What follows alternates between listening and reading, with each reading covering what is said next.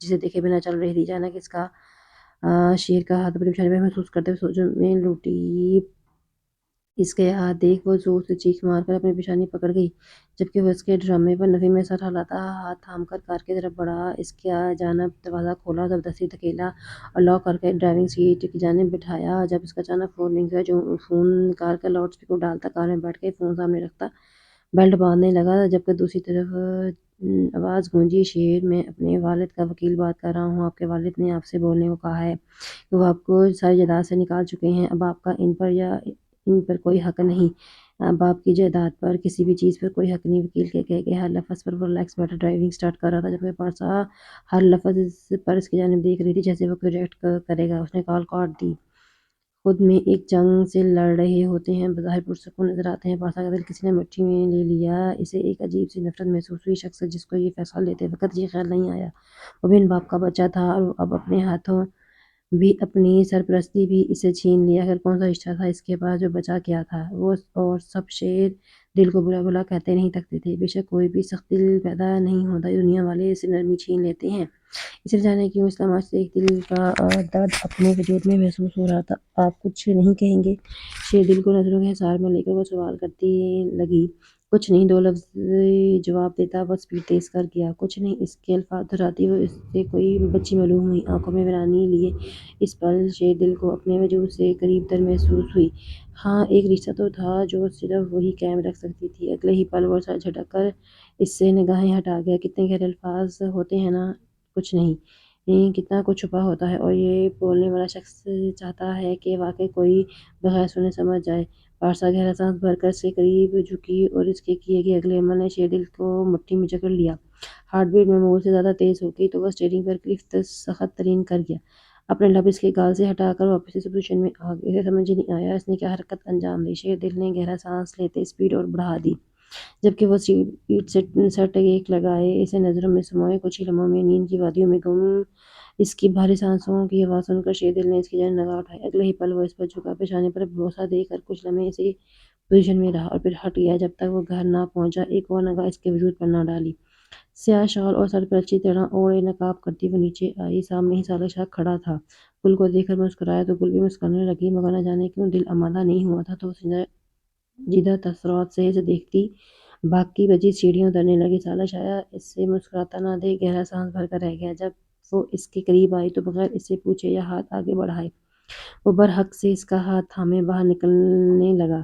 صالح شاہ بھول گئے، بنی میں آئی لڑکی کو کہیں آنے جانے کی اجازت نہیں ہوتی۔ اچانک اما سائیں کی اس کی آواز پر رک گیا، پلٹ کر دیکھا تو وہ سخت تیش میں کھڑی انہیں دیکھ رہی تھی۔ گل کو نامحسوس طریقے سے اپنے پیچھے کرتے ہوئے سخت نظروں سے وہاں موجود ہر ملازم کو اشارہ دیتا واپس اما سائیں کو دیکھنے لگا۔ صالح شاہ کا سلام ملتے ہی سب ملازم غائب ہو گئے۔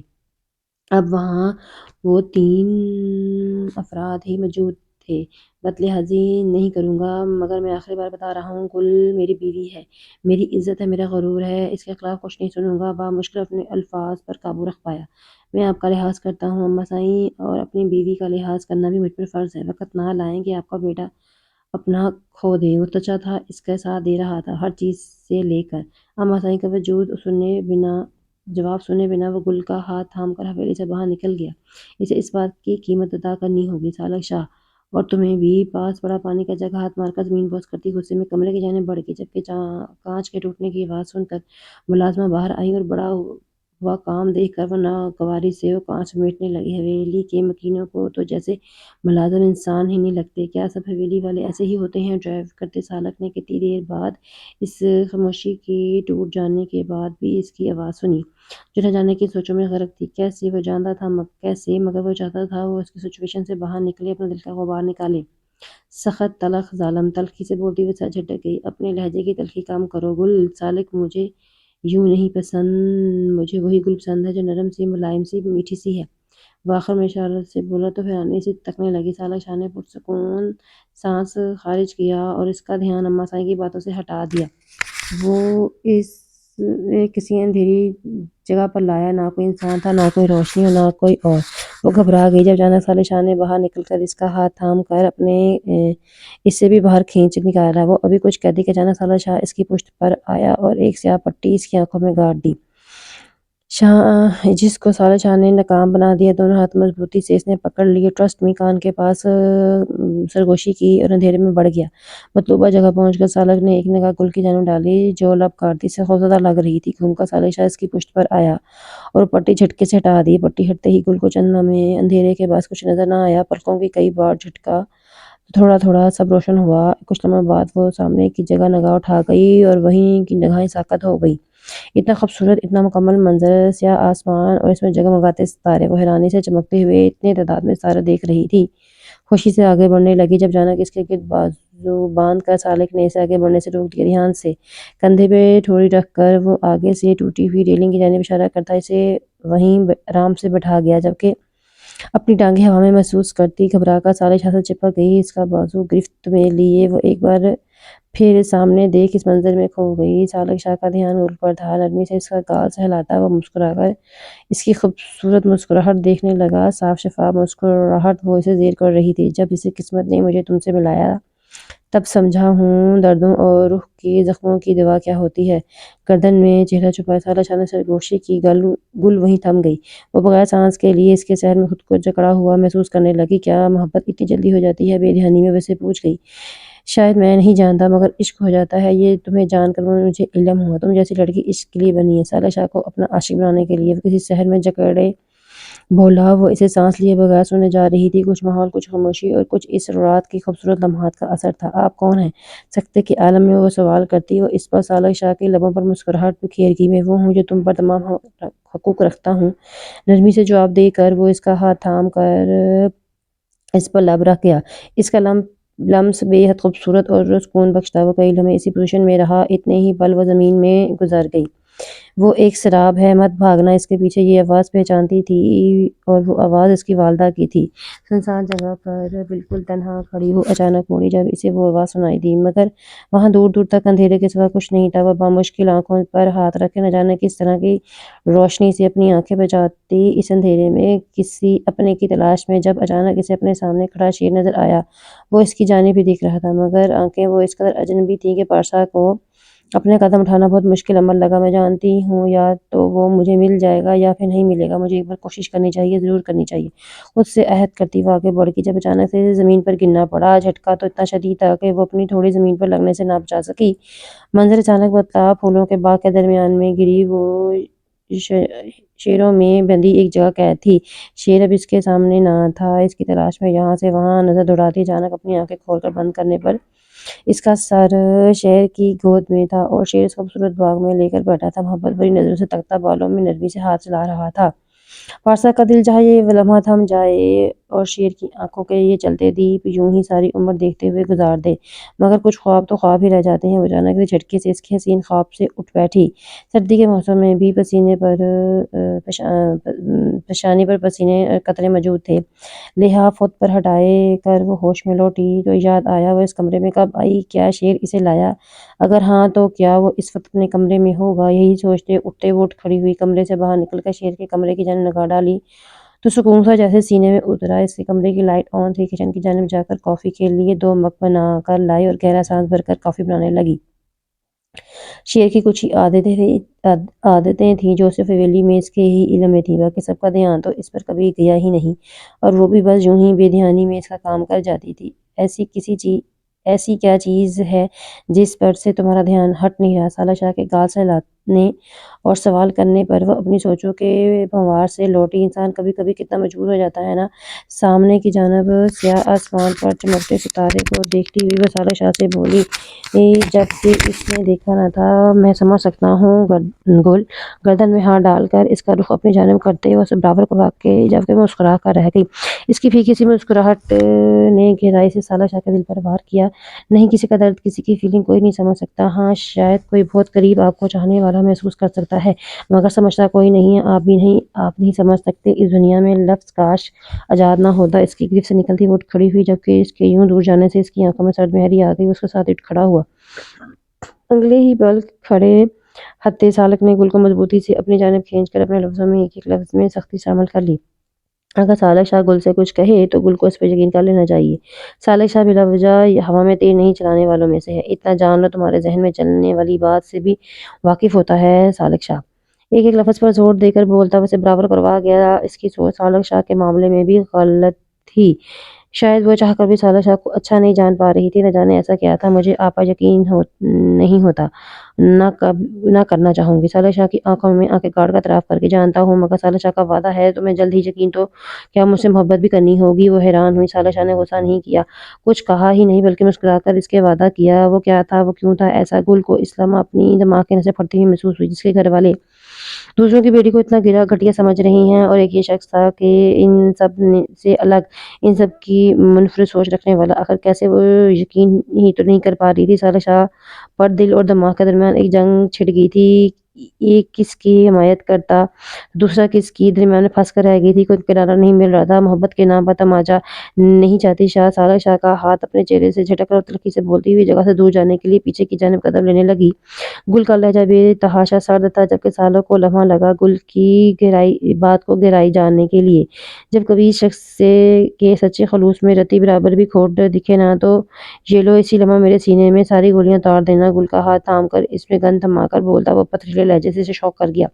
حیرانی سے سالک شاہ کو تو کبھی اپنے ہاتھ میں پکڑی گن کو دیکھتی وہ اگلے ہی پل کسی چوت کی مانند ہاتھ سے چھوڑ گئی۔ ایک آواز کے ساتھ گن زمین بوس ہوئی۔ اسے پکڑنے کی زحمت نہ سالک نے کی نہ گل نے۔ اپنے ہاتھ میں گن دیکھ کر وہ خوفزدہ ہو چکی تھی۔ وہ کون تھا اور کیا کرتا تھا؟ کیا سالک شاہ کی کوئی ایسی سچائی تھی جس سے وہ ابھی تک نا واقف تھی؟ اس کی ذات کا کوئی دوسرا رخ بھی تھا جس کی آنکھوں میں سنجیدگی ہی سنجیدگی تھی؟ ان کچھ دنوں کی جان پہچان میں کسی کو بھی محبت نہیں ہو سکتی۔ شاہ، آپ میرے ساتھ کیا کھیل کھیلنا چاہ رہے ہیں؟ اور یہ گن، آپ کون ہیں؟ اس دن وہ خون میں جانتی ہوں آپ کو چھپا رہے ہیں، سب سے کچھ ہے جو آپ چھپا رہے ہیں۔ بے اختیاری میں چیخ کر بولتی ہوئی بار بار اپنی پیشانی مسلنے لگی۔ گل کو اپنی جانب کھینچ کر وہ بامشکل غصے سے خود کو بھی باز کرنے سے روکا۔ بس اپنے لبوں پر انگلی رکھ کر خاموشی رہنے کا کہتا چہرہ آسمان کی جانب اٹھا کر گہرا سانس بھر کر گل کی جانب دیکھنے لگا۔ وہ پھولی ہوئی سانسیں دیکھ کر جان گئی تھی کہ اس لمحے شاید غصے میں ہے، اور اس پل بھی وہ گل کا لحاظ کر رہا ہے۔ چلو چلتے ہیں۔ جھک کر گن اٹھاتے ہی سالک نے گل کا ہاتھ تھام کر واپس ہی قدم بڑھائے، جبکہ خاموشی سے اس کے پیچھے چلنے لگی۔ اس کے ہاتھ کی ابھرتی ہوئی رگیں اس کے اندر کے ارتعاشل کی گواہ تھیں۔ سالک کا رنگ اس لمحے سرخی اختیار کر چکا تھا۔ یقیناً وہ اپنے الفاظ سے اس پر سالک شاہ کے دل پر گہرا چبھتا ہوا وار کر چکی تھی۔ شیر دوبارہ نو کر کے اندر داخل ہوئی۔ پارسا نے شیر کو آواز دی جو کمرے میں موجود نہ تھا۔ بالکونی سے آتی ٹھنڈی ہوا محسوس کر وہ پہچان گئی، شیر اس پل بالکونی میں بیٹھا ہے۔ ٹرے اٹھاتے ہی وہ باہر ہی آ گئی، جہاں سامنے ہی وہ کوچ پر بیٹھا، ٹانگوں پر لیپ ٹاپ رکھے، کان میں آلہ لگائے کسی سے بات کرنے میں مصروف تھا۔ وہاں داخل ہوتی پارسا کو دیکھ وہ کچھ لمحہ ٹھٹک کر رہ گیا اور پھر سے اپنے کام میں مصروف ہو گیا۔ کچھ لمحے بعد وہ فون اٹھا کر کال کٹ کرتا، آلہ بھی نکال کر سامنے رکھی میز پر پھینکتا، جلدی سے لیپ ٹاپ پر کچھ ٹائپ کرنے لگا، جب اچانک وہ اس کے سامنے آ کر کھڑی ہو گئی۔ مگ اس کے جانب بڑھانے کی بجائے ٹیبل پر رکھ دیا، جو اگلے ہی لمحے شیر نے اٹھا کر لبوں سے لگاتے کافی کا گرم گھونٹ بھر کر گہرا سانس بھرا۔ ہمیشہ والا ذائقہ محسوس کرتا وہ کافی کے ساتھ ساتھ اپنے کام میں بھی مصروف ہو گیا۔ غصے سے اس کی گود میں موجودہ لیپ ٹاپ کو دیکھتی وہ شیر کے اور قریب کھڑی ہوئی۔ تمہیں میری گود میں بیٹھنا چاہ رہی ہو؟ چہرہ پارسا کی جانب اٹھا کے عام سا لہجے میں پوچھتا وہ اسے شوق کر گیا۔ میں انتہائی تمیزدار اور سلجھی ہوئی شریف لڑکی ہوں، مگر تب تک جب یہ صفات سامنے والے بندے میں بھی موجود ہوں۔ اب شوق لگنے کی باری شیر کی تھی۔ اس کی گود سے لیپ ٹاپ اٹھا کر وہ اس کی گود میں ہی بیٹھ گئی، جبکہ بے ساختہ شیر نے اپنا بازو کا گھیرا اس کے گرد باندھا۔ اس کے سینے سے پیٹ لگائے وہ اب اپنی گود میں لیپ ٹاپ رکھ کر مزے سے کافی پینے لگی۔ شیر نے نامحسوس طریقے سے اسے پرسکون کرنے کے لیے پیچھے ٹیک لگا دی۔ چیز کی جانب دیکھتے دیکھتے اس کی آنکھیں بے ساختہ بھر آئیں۔ ہاتھ اٹھا کر اس کا گال سہلاتی، داڑھی کی چبھن محسوس کرتی وہ سانس لینے کو رکی۔ "I am sorry". اس کی آواز نم تھی۔ شاید وہی وجہ تھی کہ شیر نے اپنی نگاہیں اس کی جانب اٹھا لیں۔ کاش ہم کچھ زندگی خوابوں میں گزار سکتے۔ شرٹ کے بٹن سے انگلیاں الجھائے وہ اب اس کی جانب دیکھنے سے گریز کر رہی تھی، اور اس کا لہجہ سمجھ کر طنزیہ مسکرایا۔ "حقیقتیں تو ابھی اور بھی ہیں بہت سی، ان سب کی شروعات سے ہی تم خوفزدہ ہو جانا"۔ وہ طنز کر رہا تھا، دل جلا رہا تھا۔ پارسا نے دھیان دیے بغیر اپنا چہرہ اس کے سینے میں چھپا لیا، یوں ہی جیسے وہ ہر حقیقت سے چھپنا چاہ رہی ہو۔ "یہ کس کے بندے ہیں جو ہمارے پیچھے پڑ چکے ہیں؟ اسے تو مار دیا، اب یہ مجھ پر وار کرنا چاہتے ہیں۔ لگتا ہے یہ ابھی مجھ سے واقف نہیں ہے، میری حیوانیت کی ہوا انہیں چھو کر نہیں گزری۔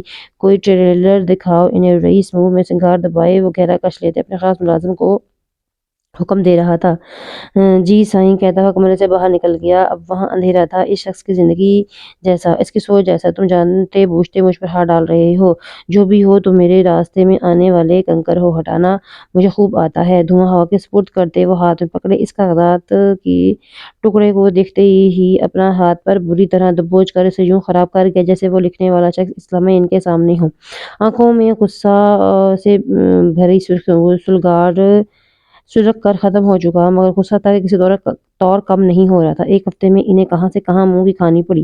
اندھیرے میں، اس لمحے میں، دھوئیں میں اس شخص کا عجیب سا عکس بنتا جا رہا تھا۔ وہ اچانک اٹھ کھڑا ہوا، یوں جیسے اس شخص سے نفرت جتائی گئی ہو۔ بہت جلد تمہارے وجود کا چیپٹر کلوز ہوگا۔ اپنی شناخت چھپا کر تم کیا سمجھتے ہو مجھ سے چھپ جاؤ گے؟ دونوں نام بدل لینے سے تمہاری زندگی کیا نہیں بدل جائے گی؟ الماری کی جانب بڑھ کر حرام شروع کی بوتل نکالتے ساتھ منہ سے لگائی آنکھوں کی سرخی بڑھنے کے ساتھ ساتھ نشہ دماغ پر گہرا چڑھنے لگا۔ آنکھوں کے سامنے ایک لفظ لہرایا۔ وہ لمحہ